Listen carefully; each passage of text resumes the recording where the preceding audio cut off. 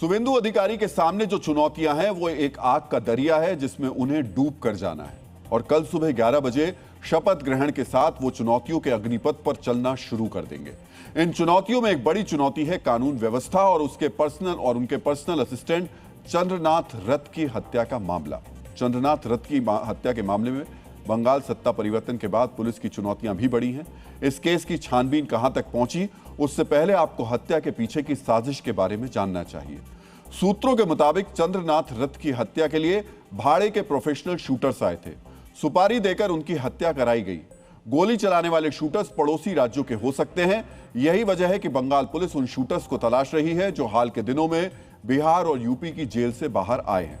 हत्या की जांच के लिए बनी बंगाल पुलिस की एसआईटी यूपी के गोरखपुर और झारखंड के धनबाद के साथ साथ बिहार के कुछ जिलों में भी संदिग्धों की तलाश कर रही है। पुलिस अलग अलग राज्यों के प्रोफेशनल अपराधियों की लिस्ट बना रही है। इसके लिए उन राज्यों की पुलिस से तालमेल किया जा रहा है। पुलिस ने अभी तक 5 से 6 संदिग्ध आरोपियों को हिरासत में लिया है, लेकिन अभी तक कुछ भी ठोस सुराग नहीं मिल पाया है। डीएनए मित्रों, हत्या के पीछे प्रोफेशनल शूटर्स का हाथ होने की बात इसलिए कही जा रही है क्योंकि उन्होंने केवल 50 सेकंड में चंद्रनाथ रथ की हत्या को अंजाम दिया। ताबड़तोड़ गोलियां चलाने के बाद वो बाइक पर सवार होकर फरार हो गए। जिस जगह चंद्रनाथ की हत्या की गई वहां से महज 100 मीटर की दूरी पर लगे सीसीटीवी कैमरे में घटना के वक्त का वीडियो रिकॉर्ड हुआ। रात के ठीक 10 बजे मध्यम ग्राम के शेख मुजीबर रोड पर एक सिल्वर कलर की गाड़ी आती है। इसका इस्तेमाल चंद्रनाथ की गाड़ी को ब्लॉक करने में किया जाता है। इसके बाद 10:08 और 50 सेकंड के बीच चंद्रनाथ की गाड़ी दिखती है। 2 बाइक से चंद्रनाथ की गाड़ी का पीछा किया जाता है। वहीं इसके 50 सेकंड बाद यानी 10:09 और 40 सेकंड पर एक बाइक वापस आती है। बाइक पर 2 लोग दिखते हैं। कहा जा रहा है ये हमलावर हैं जो हत्या करने के बाद वापस लौटते हैं। यानी महज 50 सेकंड में पूरी वारदात को अंजाम दिया गया। 50 सेकंड में ग्लॉक 47 पिस्टल से चंद्रनाथ पर फायरिंग करने के बाद हमलावर वहां से फरार भी हो गए। चंद्रनाथ के सीने पर गोली मारी गई ताकि उनके बचने की कोई उम्मीद ना रहे। चंद्रनाथ पर दोनों तरफ से फायरिंग की गई ताकि वो गाड़ी से निकल नहीं सकें। फायरिंग के लिए ग्लॉक 47 पिस्टल का इस्तेमाल किया गया।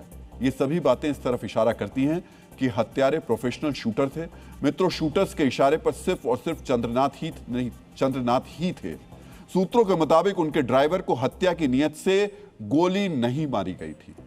मित्रों, जब चंद्रनाथ रथ को गोली मारी गई उस समय वो बीजेपी के विधायक शंकर घोष से फोन पर बातचीत कर रहे थे। आज शंकर घोष ने जी न्यूज से बताया कि फोन पर बात करते समय अचानक क्या हुआ। आप वो लास्ट व्यक्ति हैं जिन्होंने चंद्रनाथ से दम तोड़ने से पहले हमलावर उन पर जो अटैक किया था, आपने बातचीत की थी। क्या बातचीत हो रही थी? ये 8 तारीख 9 तारीख का जो प्रोग्राम है इस बारे में बातचीत हो रहा था। तो इसी दौरान एक थोड़ा सा उनका वॉइस चला गया। 2-3 आदमी का वॉइस ऐसे सुनने में आया फेंटली, और मैंने सोचा कि क्रॉस कनेक्शन हुआ है। फिर मैंने फ़ोन को कट किया, एंड करके फिर मैंने उनको फ़ोन किया, लेकिन वो फ़ोन रिसीव नहीं किया। मैंने सोचा उनका तबीयत ख़राब हो गया। फिर कॉल किया तो एक व्यक्ति तब मुझे बोला कि ऐसा सर को शूट किया गया है। पुलिस सूत्रों का यह भी कहना है कि जिस कार से हत्यारों ने चंद्रनाथ की गाड़ी को ब्लॉक किया था वो हत्या से महज कुछ घंटे पहले कोलकाता एयरपोर्ट के नजदीक नजर आई थी। इससे पता चलता है कि चंद्रनाथ की हत्या करने वाले शूटर्स कुछ घंटे पहले ही कोलकाता आए थे। मित्रों, आज इस हत्या की जांच करने के लिए फॉरेंसिक साइंस की एक टीम गुजरात से पहुंची। 3 सदस्यों की इस टीम ने मौके पर लंबे समय तक छानबीन की और सबूत जुटाए।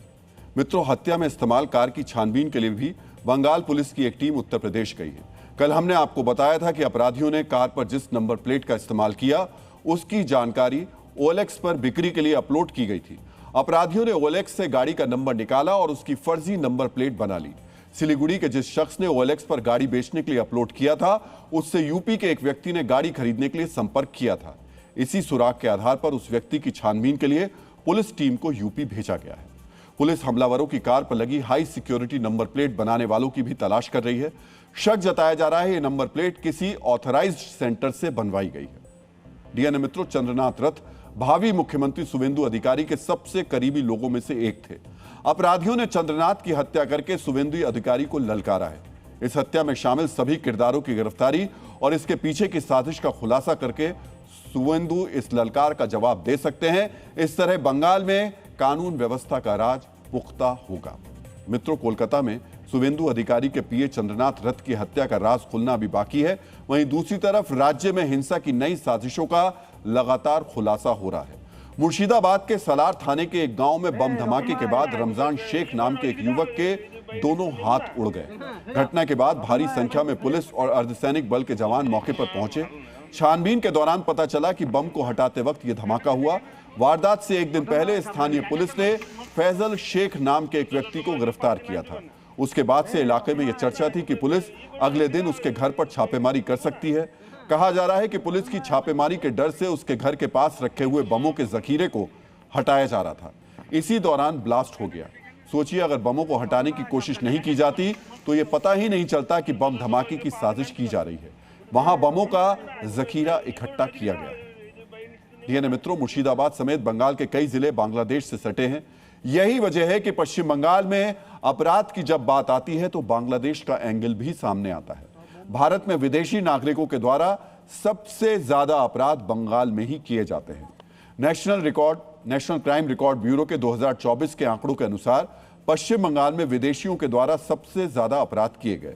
विदेशी नागरिकों ने पश्चिम बंगाल में सबसे ज्यादा 992 अपराध किए। निश्चित रूप से इनमें ज्यादातर संख्या बांग्लादेशी नागरिकों की होगी।